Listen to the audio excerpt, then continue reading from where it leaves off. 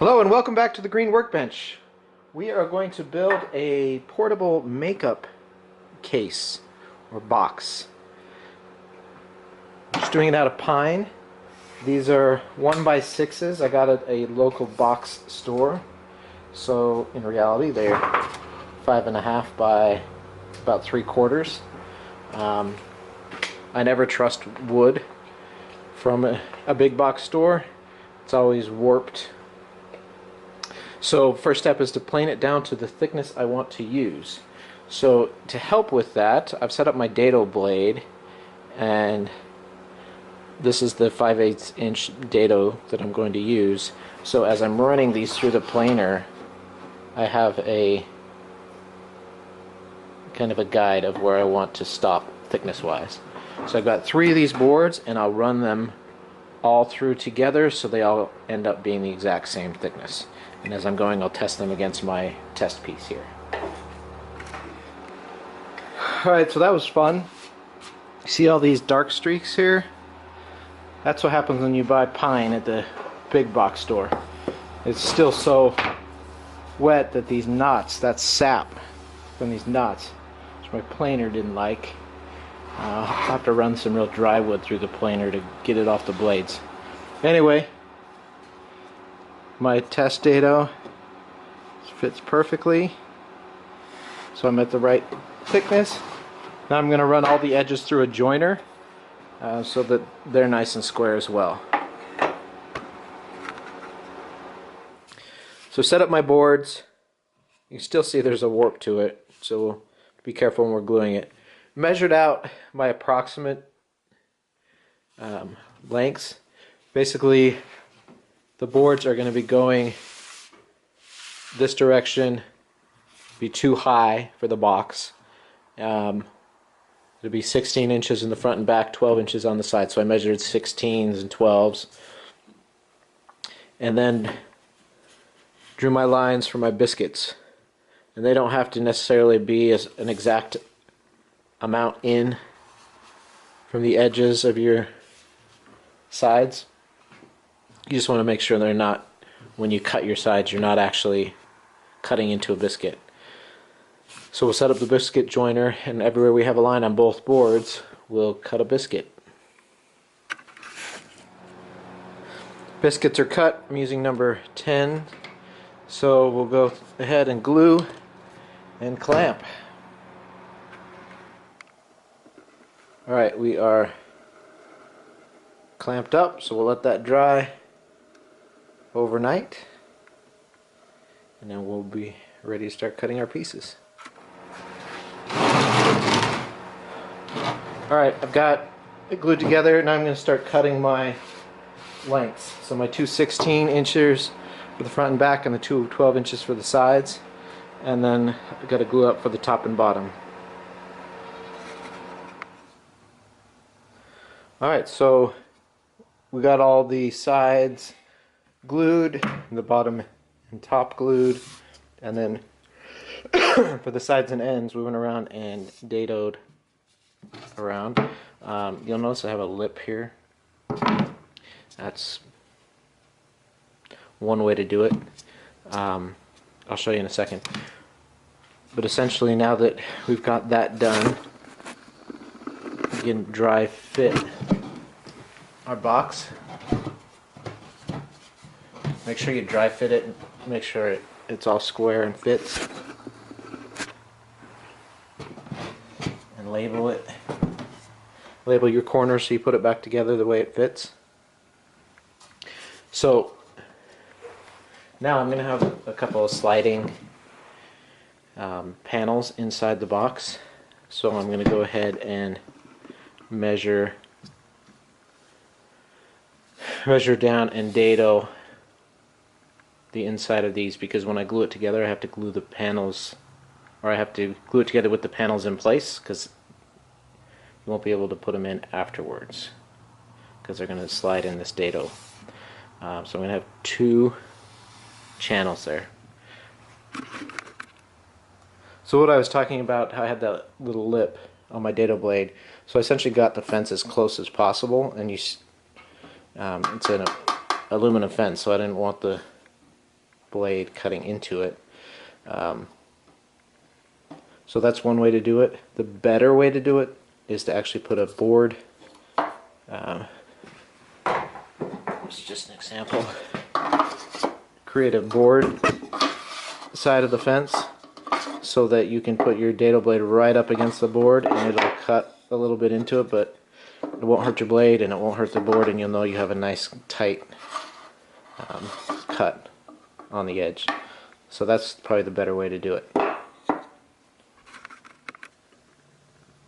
Alright, I got my channels cut in there, so now I'm going to fit the top, and then we'll sand all the inside a little bit so it'll make it easier to sand once it's put together.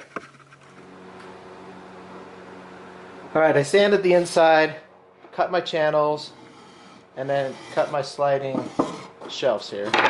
So the sliding shelves get placed in there, and then I will clamp the box and then put on the top.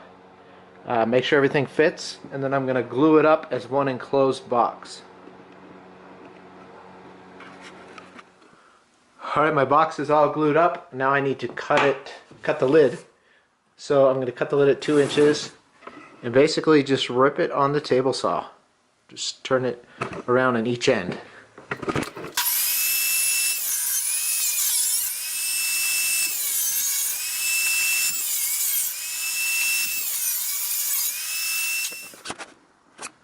Alright,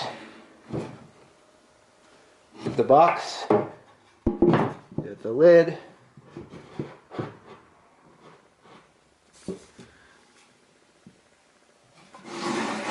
now these are tight because of the clamping and gluing, so I'm going to work on those a little bit, those tracks, so that they move easily, clean up this edge, and we will be good to go. Alright, so my drawers, I glued on these rails. And then here I measured, it's for makeup, so 1.5 inches, so she can put fingernail polish bottles in here. I'll do another one in the bottom, a little closer, so she can do lipsticks or whatever. So I'll do a couple compartments like this, so that she can keep the box organized. Alright, so I'm using a small piece of piano hinge for my lid.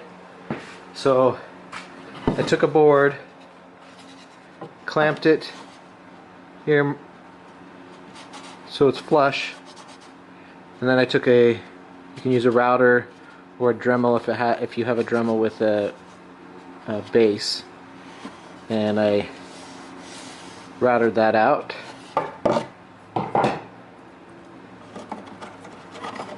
So that my hinge can sit in there flush.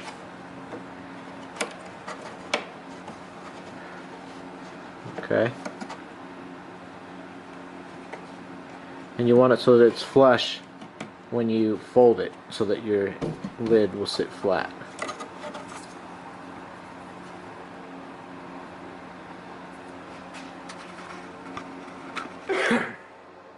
My next step is to cut the mirror. So I measured the inside of my lid. I'm going to measure and mark on the mirror.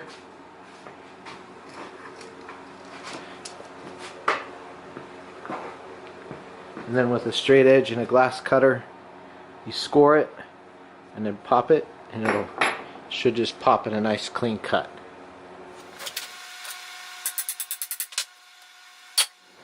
I'm going to use some liquid nails.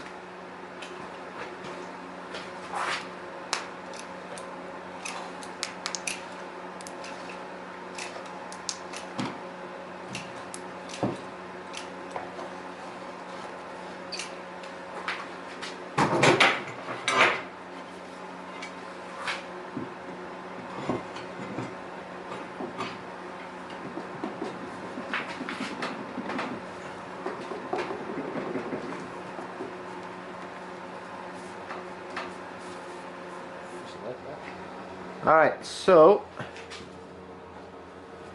I've attached the hinge. We finished the mirror dried, and then I put this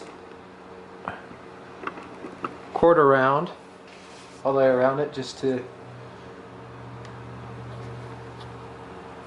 hide the edge and keep it in there. Just make sure the glue, kind of an extra backup to the glue. It's pretty heavy. I'm going to want to put some sort of bumper there. But anyway, I'm ready to start sanding everything. Our main, all the components are built. So I'm going to take 80 grit, sand everything, putty any holes, and start finer and finer sandpaper.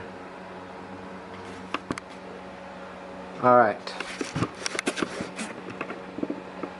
So while I'm waiting for the filler to cure, attach the chain, just a screw and some washers, and I think it's either 1/4 inch or 3/8 inch chain. It's like 90 cents a foot or something. Just drops in there. This mirror was heavy. I was a little worried that the lid would make it lopsided, or make it tip, but it doesn't at all. It's very stable. I thought I'd made this entire thing without having to use a screw. Turns out that even with the glue joint, the weight of the mirror and the lid is starting to tear it apart. So I got to reinforce this with screws or it won't last.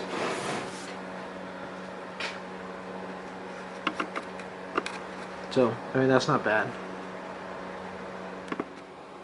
Alright, so I've been putting on hardware. My light is magnetic, so there's a metal bar up here.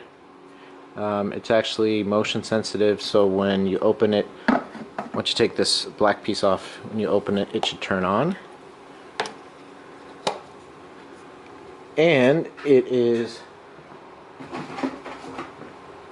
rechargeable. So I took some drawer liner and lined the bottom of all the compartments.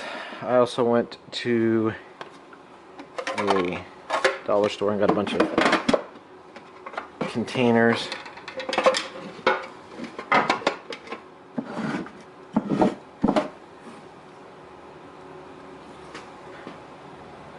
So the inside, we've got the chain on. I've sprayed it with 3 coats of polyurethane. I have my latches. So I put 2 in the front and then 1 on each side as well. So it's got 4 latches. So now I'm going to attach the rings for a carrying strap. Alright, I've got these brackets on here so we can attach a strap. I'll probably just use an old strap from an old laptop back, but you can use a purse, you can make your own. Any strap will do. Put 3 coats of poly on here. I don't think I mentioned the mirror on the inside was just one that was laying around the garage when we bought the house. So my suggestion would be, if you are looking for a mirror, just go to a thrift shop and buy an old mirror and then cut it to the pieces you need. But now we've got a lighted makeup case with room for all of her fingernail polish, blush, lipstick, lotions, whatever else she wants to put in here, with some movable trays for storage, plastic storage bins on the bottom, motion sensitive mirror that can recharge. I think she's good to go. That should fit all the stuff that she needs, and hopefully she likes it. So I thank you for watching. Please subscribe, hit the notification button, and check out my other videos. And thank you so much for watching The Green Workbench.